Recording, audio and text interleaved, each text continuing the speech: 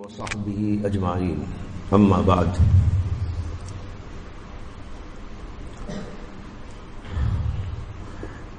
اللہ تعالیٰ نے ہم سب کو ایک لقب دیا ہے اور وہ لقب ہے طالب علم۔ جو لوگ اللہ کے علم کی تلاش میں جستجو میں لگتے ہیں، مدارس میں آتے ہیں، اساتذہ کے پاس آتے ہیں، کتابیں پڑھتے ہیں، ان کا لقب ہے طالب علم۔ سمجھنا یہ ہے کہ طالب علم کہتے کسے ہیں۔ ایک کو انجینئر کہا جاتا ہے، کسی کو ڈاکٹر کہا جاتا ہے، کسی کو بیرسٹر کہا جاتا ہے، کسی کو کچھ نام دیا جاتا ہے۔ جو بھی نام دیا جاتا ہے وہ دراصل اس کے کام کی غمازی کرتا ہے۔ وہ کیا کام کرتا ہے، کیا پیشہ اختیار کرتا ہے، اس کی غمازی کرنے والا جو لفظ ہوتا ہے وہی اس کے لیے بطور لقب استعمال کیا جاتا ہے۔ ہم سب کو جب طالب علم کہتے ہیں تو سمجھنا یہ ہے کہ طالب علم کسے کہتے ہیں، اس کی کیا صفت ہے، کیا خصوصیت ہے، وہ تو خود اسی کے لفظ سے سمجھ میں آ رہی ہے۔ طالب علم کے معنی ہے علم کا طلبگار۔ جب علم کا طلبگار اس کے معنی ہے تو یہ خصوصیت اس کی ہر جگہ پر ظاہر ہونا چاہیے۔ جیسے ڈاکٹر صاحب ہیں تو ڈاکٹر صاحب کی یہ خصوصیت ہوتی ہے کہ وہ ہر جگہ پر لوگوں کے علاج، معالجے، ان کی تشخیص اور ان کے لیے تجویز، ماحول میں کیا ہو رہا ہے، ماحول میں کیا بیماریاں آ رہی ہیں، کیا پھیل رہی ہے، اس کی طرف التفات کریں، توجہ کریں، دیکھیں اور پھر اس کے بعد علاج تجویز کریں، لوگوں کو بتائیں۔ اسی طریقے پر ایک طالب علم ہوتا ہے تو اس کا حال یہ ہونا چاہیے کہ صبح سے لے کر شام تک وہ طلب علم ہی میں لگا رہے۔ میں نے پہلے بھی غالباً حضرت مسیح اللہ خان صاحب نور اللہ مرقدہ کا یہ قول ذکر کیا تھا کہ آپ نے فرمایا کہ طالب علم سوائے انتہائی ضروری کاموں کے کوئی کام نہ کرے، صرف طالب علمی کا کام کرے۔ کھانا ایک ضرورت ہے، پینا ایک ضرورت ہے، اور استنجا خانہ جانا، منہ ہاتھ دھونا یا غسل کرنا، اور شرعی ضرورت نماز ہے۔ بس اتنے کاموں میں اس کو لگنا چاہیے۔ اس کے علاوہ سارے کا سارا وقت اس کا طالب علم کے اندر لگنا چاہیے، تب جا کر وہ طالب علم بنتا ہے۔ لیکن اس وقت ایک اور نقطہ عرض کرنا چاہتا ہوں جس کی طرف عام طور پر توجہ بالکل نہیں، یہاں تک کہ علماء کو بھی نہیں۔ وہ بات یہ ہے کہ اس میں آیا طالب علم، علم کا طلبگار۔ علم کسے کہتے ہیں؟ اب سوال تو یہ ہے نا، طالب کے معنی تو سمجھ میں آ گئے۔ طالب وہ ہے جو طلب میں لگا رہے، ہر وقت اسی کی جستجو میں لگا رہے، اسی کی فکر میں لگا رہے، یہ ہو گیا طالب۔ لیکن وہ جستجو کس چیز کی کرے گا؟ وہ ہے علم۔ اور علم دو قسم کا ہوتا ہے، ایک ظاہری اور کتابی علم، اور ایک باطنی اور روحانی علم۔ اور یہاں پر دونوں مراد ہیں، اور ہم لوگوں نے سمجھ لیا کہ ایک ہی مراد ہے۔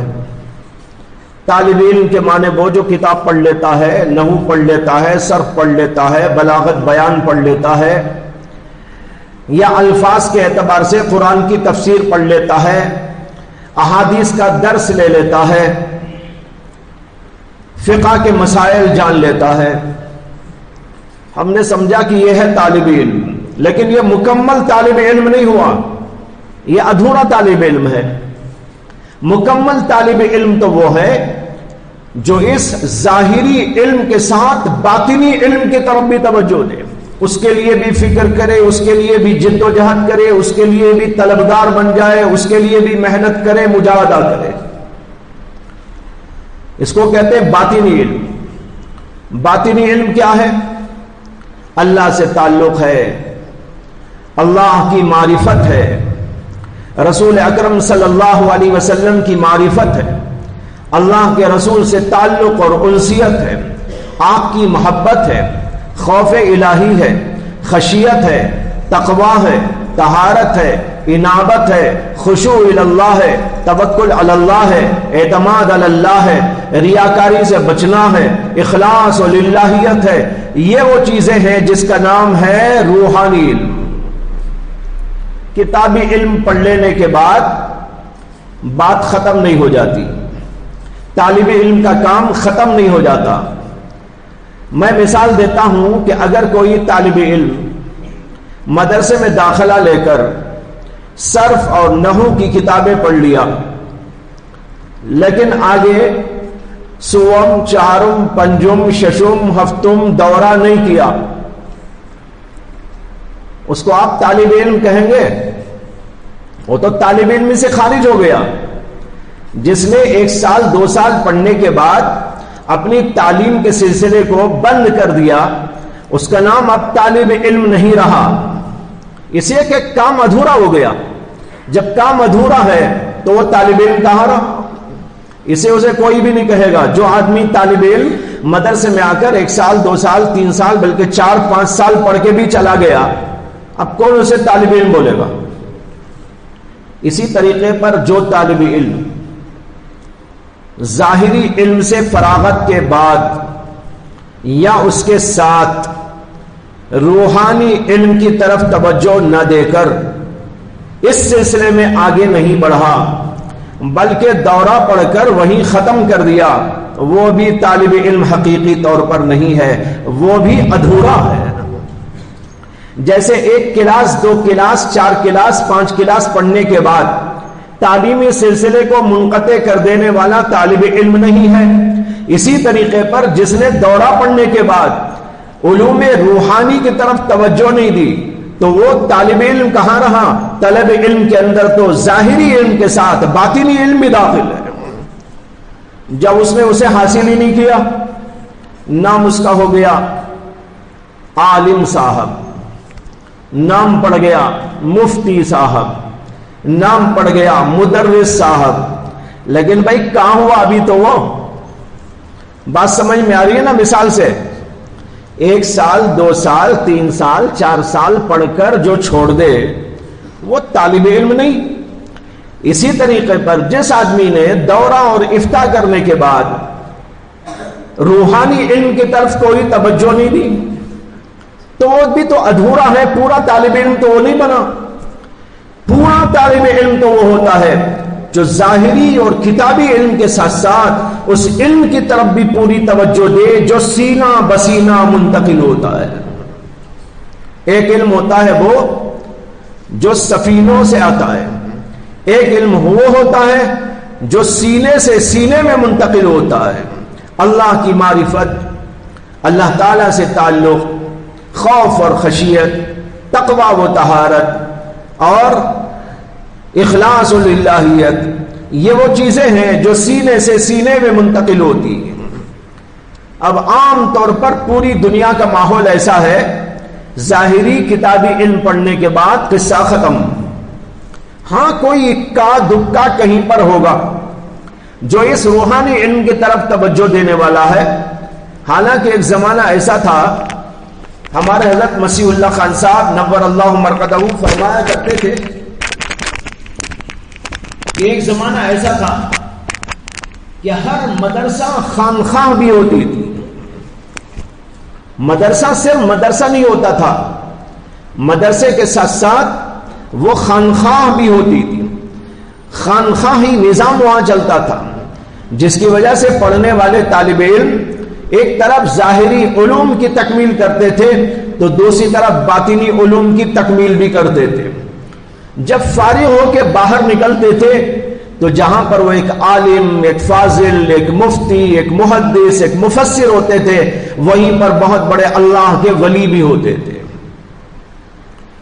لیکن اب تو سلسلہ ایسا ہو گیا کہ یہ الگ وہ الگ، اور اسے الگ ایسا کر دیا کہ لینے کو تیاری نہیں، ادھورے ہی رہنا چاہتے ہیں، ادھورے ہی مرنا چاہتے ہیں، ادھورے پن ہی پر زندگی گزارنا چاہتے ہیں، اور اس کی طرف توجہ دلانے کے باوجود بھی ایسا سمجھ میں آتا ہے کہ اس کو فضول سمجھتے ہیں۔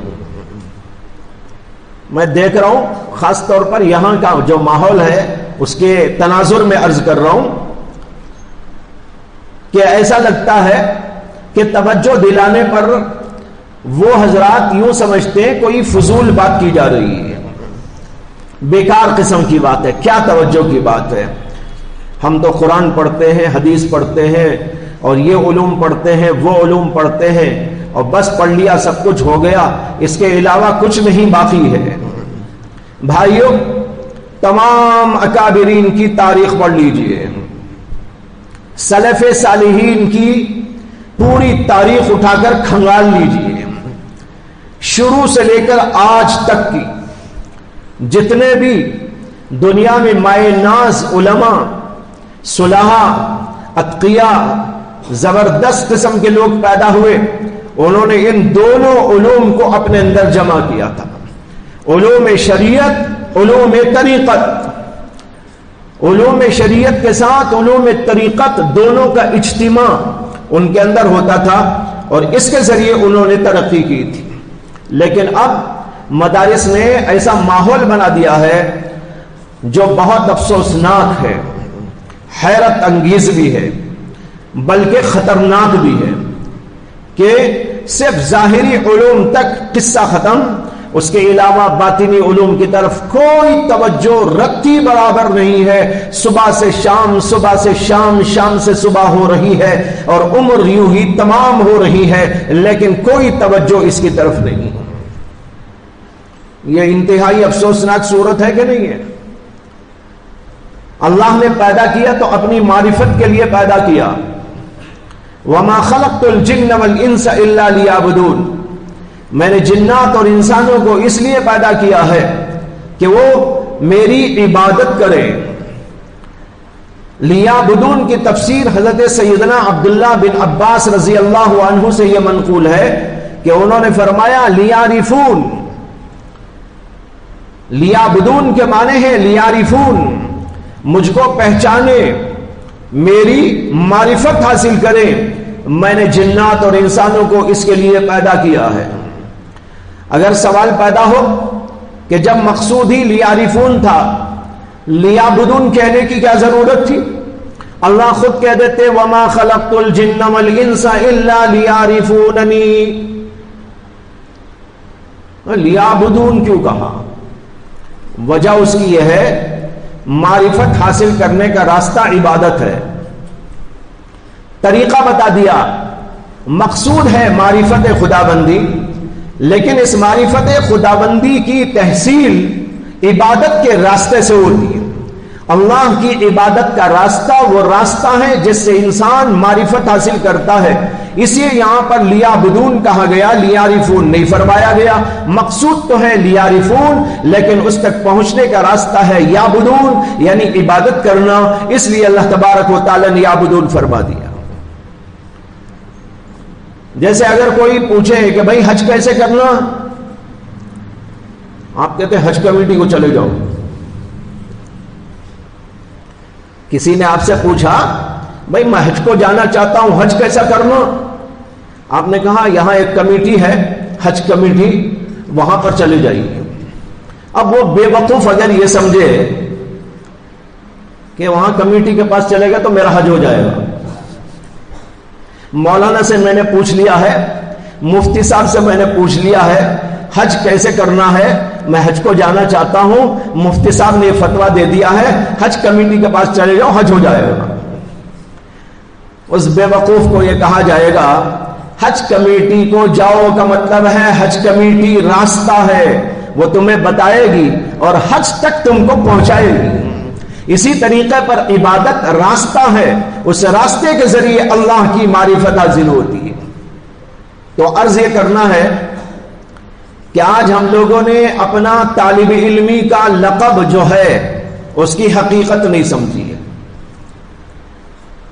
اس لیے میں نے وضاحت کی کہ طالب علم کی حقیقت کیا ہے۔ طالب علم وہ ہے جو صبح سے شام، شام سے صبح، ہم وقت اسی فکر میں، جستجو میں لگا رہتا ہے، اسے کوئی اور کام نہیں ہے۔ دوسری بات میں نے سمجھائی کہ کس چیز کی طلب اور جد و جہد اور کوشش میں لگا رہتا ہے، وہ علم کی طلب میں لگا رہتا ہے۔ لیکن علم کی دو قسمیں ہیں، علم ظاہر اور علم باطن۔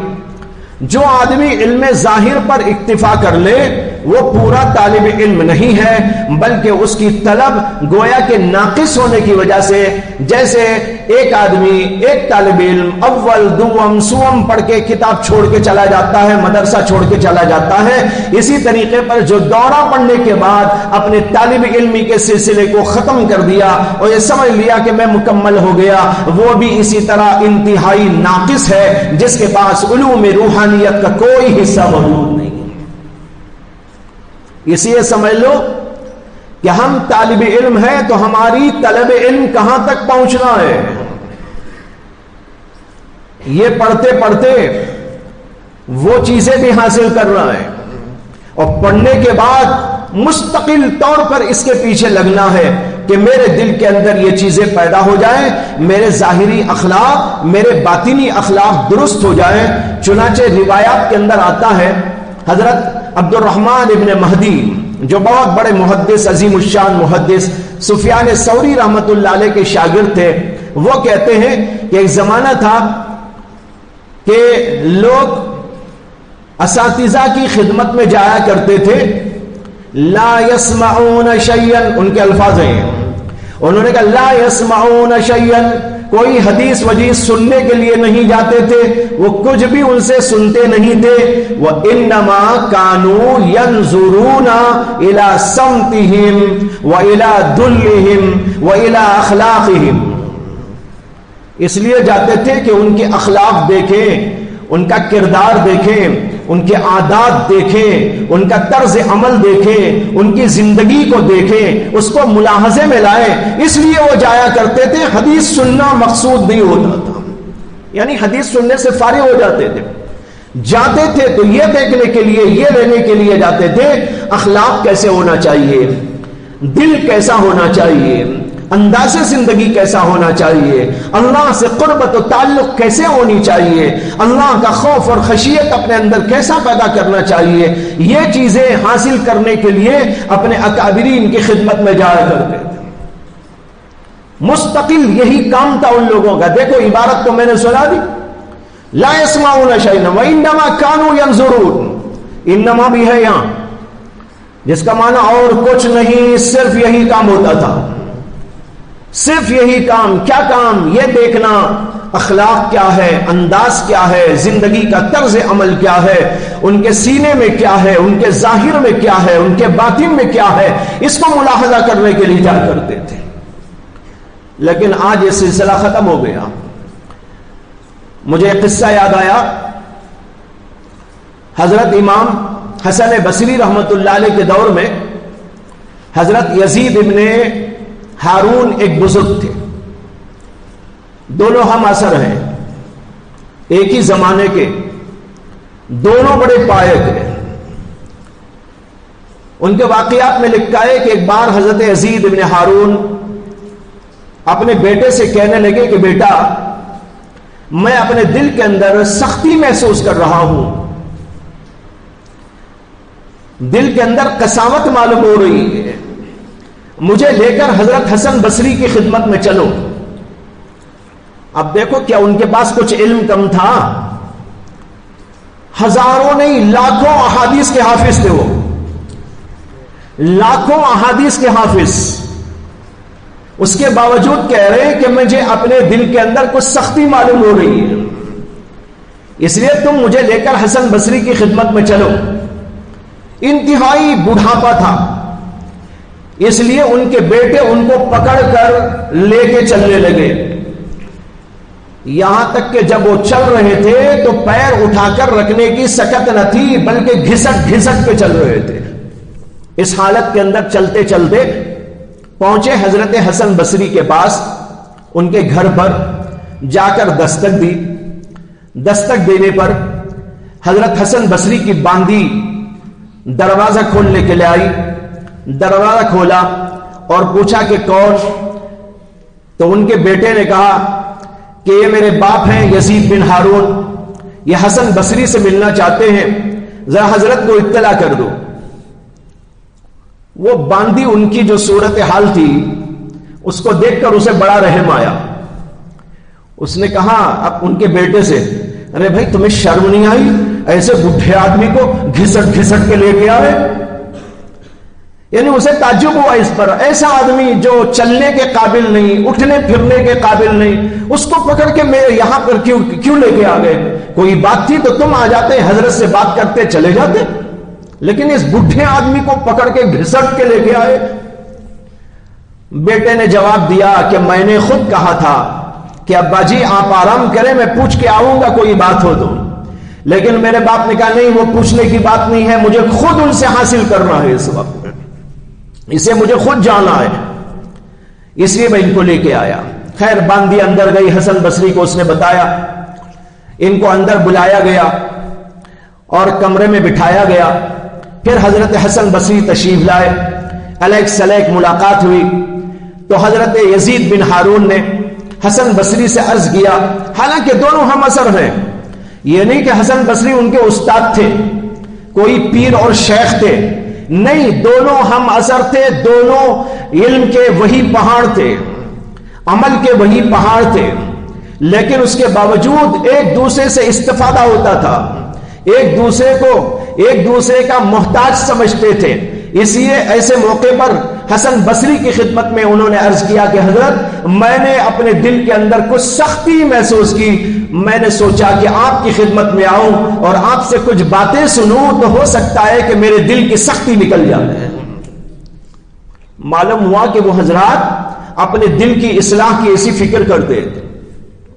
دل سخت ہو جاتا ہے، آدمی کو رونا نہیں آتا، دل سخت ہو جاتا ہے، اندر اچھی بات گھستی ہی نہیں، دل سخت ہو جاتا ہے تو گناہوں سے انسان بچنا ناممکن ہو جاتا ہے۔ حسن بصری رحمت اللہ علیہ نے ان کی بات سننے کے بعد روایتوں میں آیا ہے کہ قرآن کریم کی آیتیں پڑھنی شروع کر دی۔ بس اب وہ قرآن پڑھتے جا رہے ہیں، وہ بھی رو رہے ہیں، حضرت یزید بن ہارون بھی رو رہے ہیں۔ بہت دیر تک تلاوت کا سلسلہ جاری رہا اور دونوں بزرگ سن کر پڑھ کر روتے رہے۔ بہت دیر کے بعد جب یہ سلسلہ بند ہوا تو حضرت یزید بن ہارون نے کہا میرا سارا گرد و غبار اتر گیا، اللہ آپ کو جزائے خیر عطا فرمائے، یہ کہہ کر وہاں سے واپس تشریف لے آئے۔ آج سوچنے کی ضرورت نہیں ہے کہ کیا ہمارے دل سخت نہیں ہوتے؟ تو کیا ہم اپنے دلوں کی سختی کو دور کرنے کا بھی کوئی نظم و انتظام کرتے ہیں؟ کیا ہمارے دل میں برائی کے جذبات نہیں آتے؟ اگر ان کو ہم جو ہے اپنے دل سے دور کرنا چاہیں تو اس کا کیا نظام کیا ہے، اس کے لیے کیا انتظام کیا ہے؟ یا یہ کہ حسن بصری سے بھی، یزید بن ہارون سے بھی، امام غزالی اور رازی سے بھی ہم لوگ اعلیٰ درجے کے ہو گئے ہیں، ہم کو کوئی چیز نقصان نہیں پہنچاتی، شیطان ہم کو نہیں بہکاتا، شیطان ان کو بہکاتا تھا، ہم کو نہیں بہکاتا، ہم تو بس جناب ایسے معصوم ہیں کہ ہمیں کسی چیز کی ضرورت نہیں۔ کوئی ہے بھائی مائی کا لال یہ دعویٰ کرے؟ جب ایسا نہیں ہے، سب کو ضرورت ہے، ہر آدمی کو سوچنا چاہیے کہ میں نے اس کا کیا انتظام کیا ہے۔ قیامت کے دن یہ پوچھا جائے گا، یہ تو نہیں پوچھا جائے گا کہ آپ نے دورہ پاس کیا کہ نہیں پاس کیا، لیکن یہ ضرور پوچھا جائے گا کہ تمہارے اوپر شیطان کا دورہ پڑتا تھا کہ نہیں پڑتا تھا۔ یہ تو نہیں پوچھا جائے گا کہ تم مفتی کے درجے کو پائے تھے کہ نہیں پائے تھے، لیکن یہ ضرور پوچھا جائے گا کہ تمہارے اندر یہ جذبات و خیالات پڑ رہے تھے تو تم نے اس کے ازالے کی کیا فکر کی تھی۔ اس کا کوئی انتظام ہمارے پاس میں نہیں، کبھی سوچنا بھی گوارا نہیں کیا۔ ہمارے دل میں اللہ کی محبت نہیں. اللہ کی محبت فرض ہے. آپ کہیں گے ماشاءاللہ ہم سب کے دلوں میں اللہ کی محبت ہے، لیکن یاد رکھو محبت اتنی ہونا فرض ہے جس سے کہ انسان نیکیوں کے کرنے میں آسانی محسوس کرے. اور خوف الہی اور خشیت اتنا ہونا ضروری ہے جس سے کہ آدمی گناہوں سے بچ جائے. یوں ہی اگر تھوڑا بہت خوف ہے یہ کام نہیں آئے گا. اسی لیے حدیث کے اندر رسول اکرم صلی اللہ علیہ وسلم نے دعا مانگی تو یوں دعا فرمائی اللہم اقسم لنا من خشیتک ما تحول به بیننا وبین معاصیک. اے اللہ اپنے خوف اور خشیت میں سے اتنا ہم کو عطا فرما دیجئے کہ وہ خوف آپ کے اور گناہوں کے درمیان، ہمارے اور ہمارے گناہوں کے درمیان میں حائل ہو جائے. علماء لکھتے ہیں اتنا خوف ہونا انسان میں ضروری ہے کہ اس خوف کے نتیجے میں انسان گناہوں سے بچ جائے. اور اگر اتنا خوف نہیں ہے، خوف ہے، اتنا نہیں ہے لیکن ہے، یہ کافی نہیں ہے. اور ایسا خوف تو شیطان کو بھی تھا، ایسا خوف تو شیطان کو بھی تھا جس خوف نے اسے گناہوں سے نہیں بچایا، اللہ کی معصیت سے نہیں بچایا، کفر سے نہیں بچایا. ایسا خوف تو شیطان میں بھی تھا. اور قرآن مجید کے اندر 2 جگہ شیطان کا یہ جملہ اللہ نے بنا تردید رکھ دیا. کیا قول؟ انی اخاف اللہ رب العالمین. کیا بول رہا ہے شیطان؟ انی اخاف اللہ رب العالمین، میں اللہ سے خوف کرتا ہوں، ڈرتا ہوں اس اللہ سے جو رب العالمین ہے. اللہ نے اس کی تردید نہیں. معلوم ہوا اگر یہ غلط ہوتا اللہ تردید کر دیتے یہ جھوٹ بول رہا ہے. جیسے قرآن میں منافقین کے بارے میں آیا کہ منافقین نے یہ کہا کہ ہم گواہی دیتے ہیں کہ آپ اللہ کے رسول ہیں. اللہ نے کہا اللہ جانتا ہے کہ آپ اللہ کے رسول ہیں لیکن کوئی منافقین جھوٹے. قرآن میں اللہ نے ان کی تردید. اگر اسی طرح یہ جملہ بھی اس سے غلط ہوتا تو اللہ تردید کر دیتے. معلوم ہوا خوف تھا اس کے اندر، لیکن اتنا خوف کافی نہیں ہے جس خوف سے کہ وہ گناہ سے نہیں بچ سکا، اپنے آپ کو اللہ کی معصیت سے نہیں بچا سکا. یہ خوف اسے کچھ کام آنے والا نہیں ہے. اسی طریقے پر خوف ہمارے اندر بھی ہو لیکن اتنا خوف نہ ہو وہ بیکار. اتنا خوف ہونا چاہیے کہ جس سے کہ آدمی گناہ سے بر وقت بچ جائے. آپ چلے جا رہے ہو، آنکھیں اٹھ رہی ہے غلط جگہ، آپ کے دل کے اندر خوف اتنا ہو کہ آنکھیں جھک جائے. کوئی غلط کام کرنے کا اندر سے جذبہ پیدا ہو رہا ہے لیکن اندر اتنا خوف موجود ہو کہ وہ خوف آپ کو گناہ سے روکے. اتنا خوف ہونا ضروری ہے. اگر اتنا خوف نہیں ہے تو فرض ہمارا ادا نہیں ہوا. اتنی محبت نہیں ہے تو اتنی محبت جو ہونی چاہیے وہ فرض ادا نہیں ہوا. اور بھی بہت ساری چیزیں ہیں جو روحانیات سے متعلق ہے وہ کتنے درجے پر ہونا ضروری. جب وہ نہیں ہے، گناہ ہو رہے ہیں، الٹی سیدھی ہو رہی ہے، معصیتیں صادر ہو رہی ہے، برے جذبات و خیالات میں زندگی ہو رہی ہے، تو اس کا مطلب یہ ہے کہ وہ درجہ ہم نے پاس نہیں کیا. تو قیامت کے میدان میں اگر اللہ پوچھے آپ نے دورہ تو کر لیا تھا لیکن آپ کو شیطان کا جو دورہ پڑتا تھا اس کا کیا علاج کیا تھا؟ گئے تھے کسی مشائخ کے پاس، گئے تھے اپنی اصلاح کرنے کے لیے، کسی کے پاس جا کر اس کی اصلاح لی تھی؟ اگر یہ پوچھا جائے تو کیا اس کا جواب ہوگا؟ تو بھائیوں بتانا یہ ہے کہ طالب علم کا حقیقی و صحیح مفہوم وہ ہے جو آج میں نے کھول کر آپ کے سامنے رکھ دیا ہے. اور پھر اس کے لیے طلب چاہیے. آج طلب ہی نہیں، نہ ظاہری علم کی طرف نہ باطنی علم کی طرف. جب طلب ہی نہیں ہوتی اللہ نہیں دے. قرآن میں اللہ نے فرمایا انُلزِمُكُمُوهَا وَأَنْتُمْ لَهَا كَارِهُونَ. کیا ہم اپنی رحمت لا کر تمہارے اوپر چمٹا دیں؟ انُلزِمُكُمُوهَا وَأَنْتُمْ لَهَا كَارِهُونَ. اس حالت میں کہ تم منہ پھیر کے جا رہے ہو، تم ادھر آنا نہیں چاہتے، تمہارے اندر طلب نہیں ہے، تمہارے اندر اس کا ذوق نہیں ہے، تمہارے اندر اس کا شوق نہیں ہے، بھاگتے ہو ظاہری علم سے بھی اور اس سے زیادہ باطنی علم سے بھی، اور اسی پر اکتفا کیے بیٹھے ہوئے ہو۔ اگر تم چاہتے تو ہم دیتے، لیکن جب تم کراہت کرتے ہوئے بھاگ رہے ہو تو ہم تمہارے اوپر کیا اپنی رحمت کو لا کے چمکا دیں؟ معلوم ہوا؟ اس کے لیے طلب چاہیے، جستجو چاہیے، محنت چاہیے۔ جب یہ ہوگا اللہ عطا فرماتے ہیں۔ بہرحال طالب علم کے حقیقی معنی آپ کے سامنے کھولے گئے ہیں۔ اب دیکھیں کہ کتنے لوگوں کے اندر طلب پیدا ہوتی ہے، یہ جستجو پیدا ہوتی ہے، ظاہری علم کے ساتھ باطنی علم حاصل کرنے کی فکر پیدا ہوتی ہے، اور وہ اس سلسلے میں آگے بڑھتے ہیں۔ اللہ مجھے بھی آپ کو بھی توفیق عطا فرمائے۔ وآخر دعوانا الحمدللہ۔